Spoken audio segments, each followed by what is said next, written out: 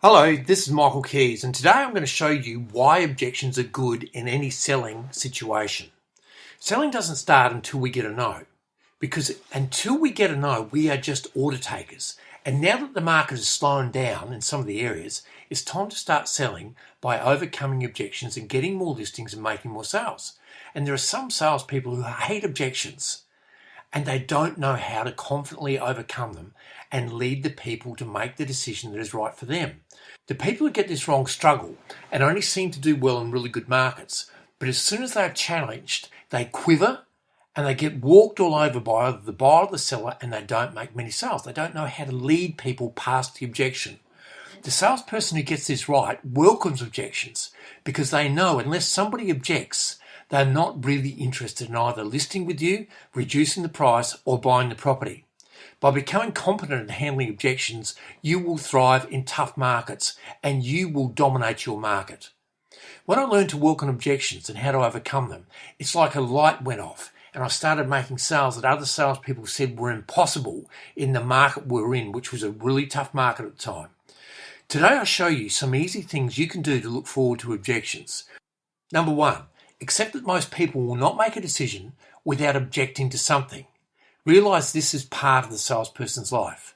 Number two, stay calm, cool, and confident that you will lead the person to make the best decision that's right for them. Number three, agree with the objection by saying things like, I understand the way you feel, or I understand why you'd be feeling that way.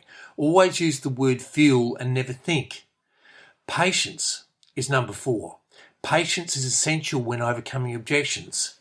Number five is a very important one. Listen fully to what the objection is, so you understand if it's a fact or an objection. Number six, repeat the objection back to the person making the objection so you fully understand exactly what the objection is. A lot of salespeople go off half-cocked and they bring up things that they don't need to bring up that would have never become objections because they haven't listened fully to what the person is saying and objecting to. And then seven, then once you've listened to it fully, you can overcome the objection and move on. It's like learning to ride a bike when you're a kid. You fall off, you get back on until you become competent at riding the bike. At first, you're shaky, but then your confidence grows and you have the freedom you've always dreamed of as a kid. The same is with real estate sales. If you're having trouble with objections now, you can learn how to overcome them, and when you become competent, you will get more listings, get more price reductions, and make more sales, which will give you the feeling of freedom and control, the same as when you first learned to ride a bike.